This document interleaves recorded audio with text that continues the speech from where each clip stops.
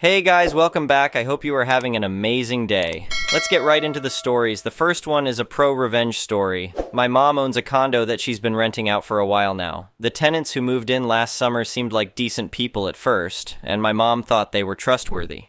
That all changed about 6 weeks into the tenancy when the tenant, Mr. Thompson, refused to pay the month's rent. My mom, being understanding, gave them another month to pay up what was owed. They didn't pay a dime. By this point, my mom was frustrated by the whole situation. Being 2 months out of rent money, she offered them a deal. "Look," she said over the phone, "if you leave the condo ASAP, you only need to pay half of what you owe." Mr. Thompson countered with a different agreement. "How about this?" he proposed. "We'll leave the place spotless and leave all our furniture behind as compensation." My mom, wanting to just be done with them, agreed. "Fine," she sighed. "Just make sure everything's in order when you leave." Fast forward to when my mom got to the condo. She found the place in a mess, with none of the furniture left behind, including the furniture that belonged to her in the first place. The 2 armchairs that my mom owned were left behind, but they were trashed and dumped in the storage closet. When my mom confronted them, asking for them to pay up the full amount that the furniture was worth, she was met with a promise of payment after 2 weeks, which she didn't believe. When she requested they pay earlier, Mr. Thompson replied, "Good luck getting your money," followed by a mocking laugh. This made my mom angry, and she decided that she wasn't going to let this slide. My mom knew that Mr. Thompson was a youth counselor at a local community center, and his daughter also had some job related to the center. My mom contacted the center and explained everything from how they hadn't paid rent to stealing the furniture and trashing the place. The center director, Miss Parker, was quite concerned about this behavior. "I appreciate you bringing this to our attention," Miss Parker said. "We take the conduct of our staff very seriously." The next day, my mom got an angry phone call from Mr. Thompson's daughter. "What do you think you're doing?" she yelled. "Contacting the center like that is completely unfair." My mom hung up on her, only for the daughter to attempt to call 10 times after.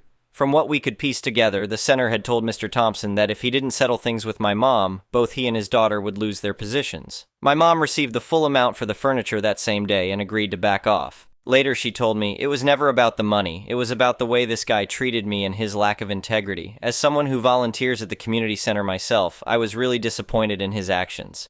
The next one is an entitled people's story. It was just another Saturday afternoon when my life got turned upside down by the nosiest neighbor I've ever had the misfortune of living next to. I'm a single dad, raising my 8-year-old son Tommy on my own since his mom passed away 3 years ago. We live in a quiet suburban neighborhood, or at least it was quiet until Karen moved in next door 6 months ago. From day one, Karen made it clear she thought she ran the show around here. She'd complain about everything from the color of people's mailboxes to the length of their grass. But for some reason, she took a special interest in me and Tommy.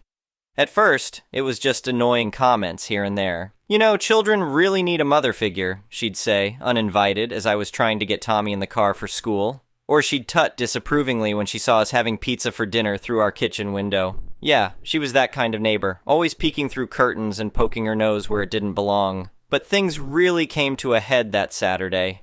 Tommy and I were heading out for our weekly trip to the park. It was our special father-son time, something we both looked forward to all week. As we were walking to the car, Karen came marching over, her face pinched like she'd been sucking lemons. "Excuse me," she said in that shrill voice of hers, "but where do you think you're taking that child?" I sighed, already tired of the conversation. "We're going to the park, Karen, same as we do every Saturday." She narrowed her eyes, looking from me to Tommy. "I've never seen you with any adoption papers. How do I know you haven't kidnapped this poor boy?" I couldn't believe what I was hearing. "Karen, I'm Tommy's father. You know this. You've lived next door to us for months." But Karen wasn't having it. She grabbed Tommy's arm, trying to pull him away from me. "Come with me, sweetie. I'll keep you safe from this man." But Karen wasn't having it. She grabbed Tommy's arm, trying to pull him away from me. "Come with me, sweetie. I'll keep you safe from this man." Tommy, bless him, just looked confused. "But that's my dad," he said, pulling his arm free. I was starting to get angry now. "Karen, you need to back off right now. This is my son, and you have no right to touch him or accuse me of anything." But instead of backing down, Karen pulled out her phone. "I'm calling the police," she announced. "They'll sort this out." Part of me wanted to just get in the car and drive away, but I knew that would only make things worse. So I stood there, my arm protectively around Tommy, as Karen frantically spoke to the 911 operator. "Yes, there's a man here trying to kidnap a child," she was saying. "He claims to be the boy's father, but I've never seen any proof. Please hurry." I couldn't believe this was happening. I looked down at Tommy, who was starting to look scared. "It's okay, buddy," I told him. "We'll get this sorted out." It felt like forever, but it was probably only about 10 minutes before 2 police cars pulled up, sirens blaring. Karen looked triumphant as the officers approached us. "That's him, officers!" she cried, pointing at me. "I caught him trying to take this poor child!" The officers looked at me, then at Tommy. One of them, a kind-faced woman, knelt down to Tommy's level. "Hi there," she said gently. "Can you tell me who this man is?" Tommy, still confused but trying to be brave, said clearly, "That's my dad. We were going to the park." The officer nodded, then turned to me. "Sir, do you have any identification on you?" I nodded, pulling out my wallet. "Of course. Here's my driver's license. And I have pictures of Tommy and me on my phone, plus his birth certificate is in the house if you need to see it." As I was showing them the photos on my phone, pictures of Tommy and me at his last birthday, at the beach last summer, even one of him as a newborn with his mother and me, I could see Karen's face starting to fall. The officers conferred for a moment, then the female officer turned to Karen. "Ma'am, can you explain why you thought this man was kidnapping the child?" Karen sputtered, her face turning red. "Well, I've never seen any proof he's the father, and he's always alone with the boy. It's not natural." The male officer raised an eyebrow. "So you called 911 and reported a kidnapping because a father was spending time with his son?" But, Karen was floundering now. "What about the mother? Where is she?" I felt a pang in my chest, as I always did when someone asked about Tommy's mom. "My wife passed away 3 years ago," I said quietly. "It's just been Tommy and me since then." The female officer's face softened with sympathy, while her partner looked even more annoyed with Karen. "Ma'am," he said sternly, "making false reports to the police is a serious offense. You can't just call 911 because you're nosy about your neighbors' lives." Karen's face was a mix of embarrassment and indignation. "I was just trying to protect the child," she insisted. "From his own father?" the female officer asked incredulously. "Ma'am, I think you need to come with us. We need to have a serious conversation about wasting police resources and harassing your neighbors." As the officers led Karen to one of the patrol cars, I could hear her protesting loudly. "But I was just trying to help! You can't arrest me for caring about children!" The female officer came back over to Tommy and me. "I'm so sorry about this, sir," she said. "Are you okay? Do you want to press charges?" I looked down at Tommy, who seemed shaken but was trying to put on a brave face. I sighed. "What would happen if I did?" "Well," she explained, "false reporting is a misdemeanor in our state. She could face fines and potentially even jail time, especially given the serious nature of her accusation. At the very least, it would go on her record." I thought about it for a moment. Part of me wanted to let it go, to just take Tommy to the park and try to salvage our Saturday. But then I thought about what could have happened if the officers hadn't believed me, if they'd taken Tommy away, even for a short time. The idea made my blood run cold. "Yes," I said finally. "I want to press charges. This can't happen to anyone else." The officer nodded understandingly. "All right, sir. We'll need you to come down to the station to give a formal statement. Is there someone who can watch your son while we do that?" I nodded, thinking of our neighbors on the other side, the Johnsons. They had kids around Tommy's age and had helped out before when I needed childcare in a pinch. "Yeah, I can arrange that." As the officers prepared to leave, taking a still protesting Karen with them, the female officer turned back to us. "You know," she said, "you seem like a great dad. Don't let anyone tell you otherwise." Her words brought a lump to my throat. I managed a nod of thanks as they drove away. I knelt down next to Tommy, pulling him into a hug. "I'm so sorry about all that, buddy," I said. "Are you okay?" He nodded against my shoulder. "Yeah, Dad. I knew you'd fix it. You always do." His simple faith in me nearly brought tears to my eyes. I pulled back, looking at him seriously.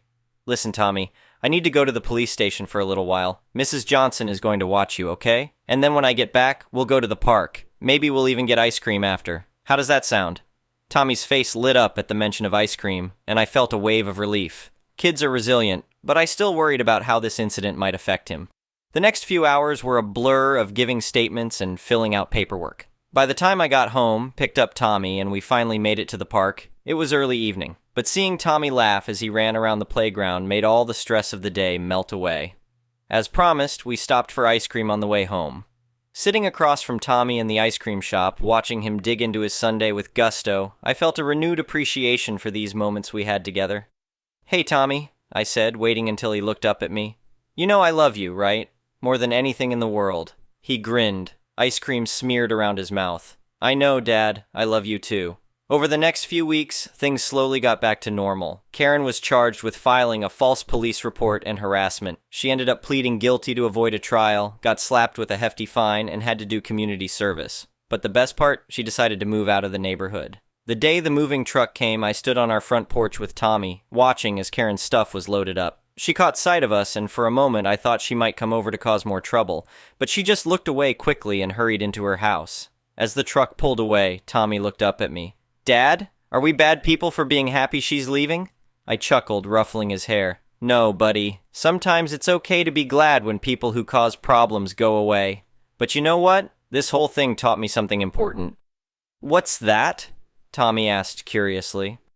That we have a lot of good neighbors, too, I said, thinking of how the entire street had rallied around us after the incident, bringing over meals and offering support.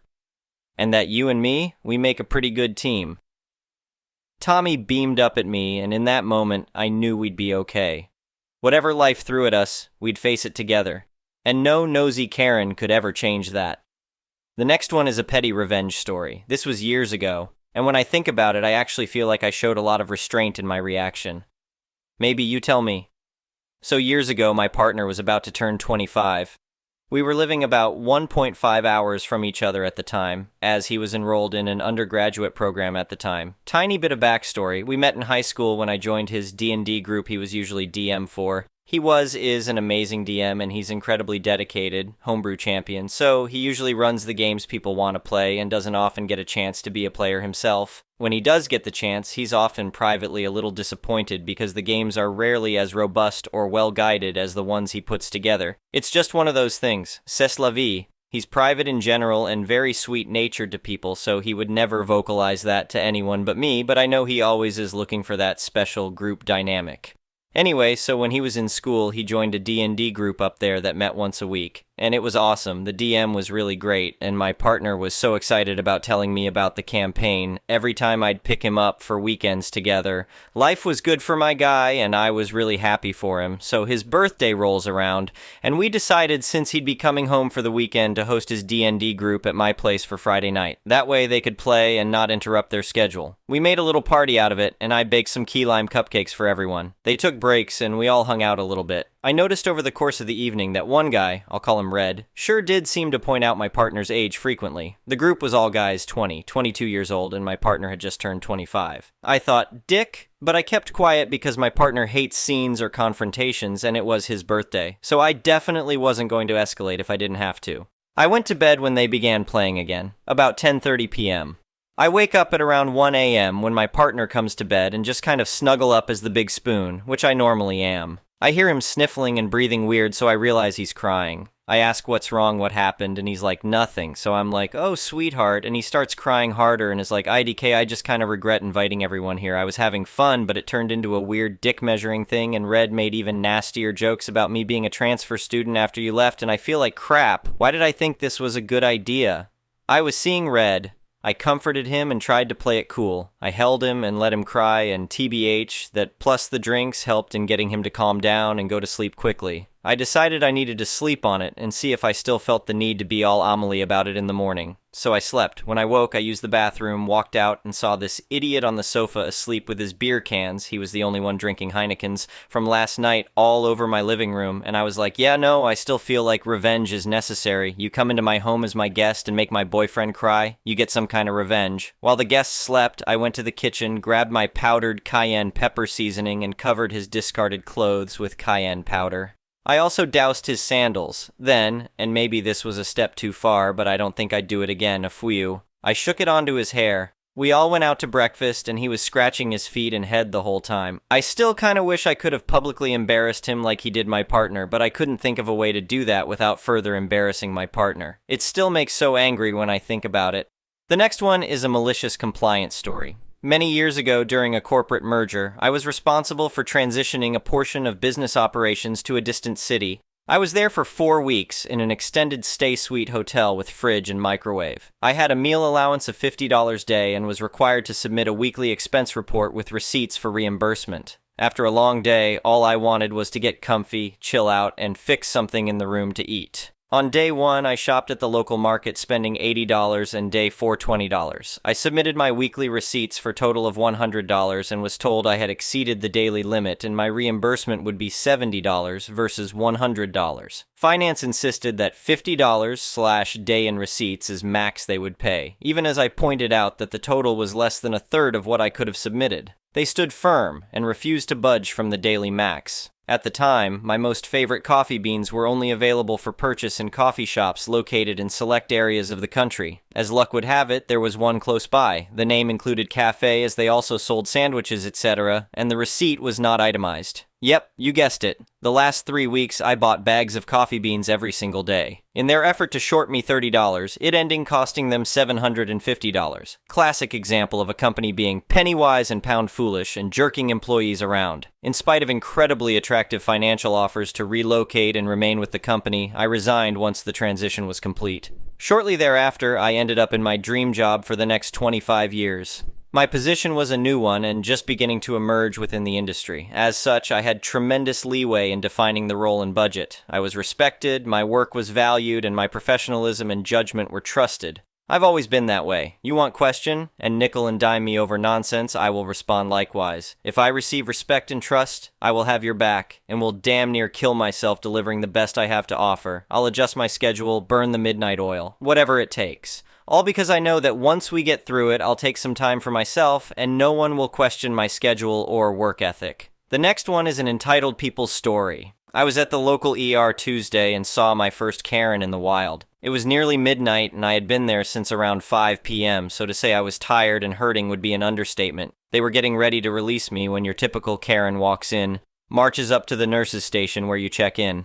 Everything is quiet at first, so I wasn't really paying that much attention until voices got loud. Apparently, the woman wanted to see/visit someone in the ER exam area where the hospital bed area is. They were not allowed back for some reason, and boy did it get ugly then. The woman insisted that her friend relative was back there and she was going to see them. The staff informed the woman politely that she could not go back and was told previously that she couldn't. Following is the conversation, as I heard it: CW = crazy woman, NS = nice staff cop = duh, CW. I will go see them right now, NS. No ma'am, you won't. We've explained to you twice before there are no visitors allowed at this time, CW. You will let me back there now. It's my right to see them, NS. No ma'am, it isn't. You are not allowed in the exam area, CW. I need to make sure they are all right. You can't keep me from seeing them, you idiots. How am I supposed to know if they are okay? ENS. Ma'am, can you please stop yelling? There are sick people here and you're disturbing them. This is when the cop walks through a side door that the woman can't see at her angle. He nonchalantly leans in the doorway out of her view. CW. I don't give a crap about these other losers. I want to see, person's name, right now. What room are they in? NS. Ma'am, I'm not going to tell you again to calm down and lower your voice. You are not allowed to see the patient at this time. I will call security if needed. CW. Call them. I don't care. You can't keep me from seeing them. I know my rights. This is when the cop starts slowly walking towards the nurse's station. The CW's phone rings and she walks a few feet behind me and answers her phone. CW. No, they won't let me see. Person's name. No, they won't tell me what's wrong. Long pause. No, I won't. Shorter pause. Oh, I'll see about that. She's quiet for a few moments, then marches back to the nurse's station while she was on her call. The cop walked up to the station and is leaning on the desk. The CW sees the cop and pauses, then walks the rest of the way back. NS. Ma'am, you need to leave now. We've told you 3 times now that you are not allowed to visit the patient at this time, and you have disturbed this waiting area for the last time tonight. You have a good night now. CW. I'll have all your jobs for this, you a-holes. She storms out, and a few moments later I overheard the staff talking to the cop. NS. If she wants my job so bad she can have it, then I wouldn't have to put up with people like her. Cop. What was her problem anyway? He chuckles. NS. The patient didn't want her back there. He smiles at the cop. The patient said she was an idiot and didn't want her in their room for any reason. Made a long ER visit interesting in a good way for once. Thank you for watching. I would really appreciate it if you could like the video and subscribe to our channel if you haven't already. We'll see you again tomorrow.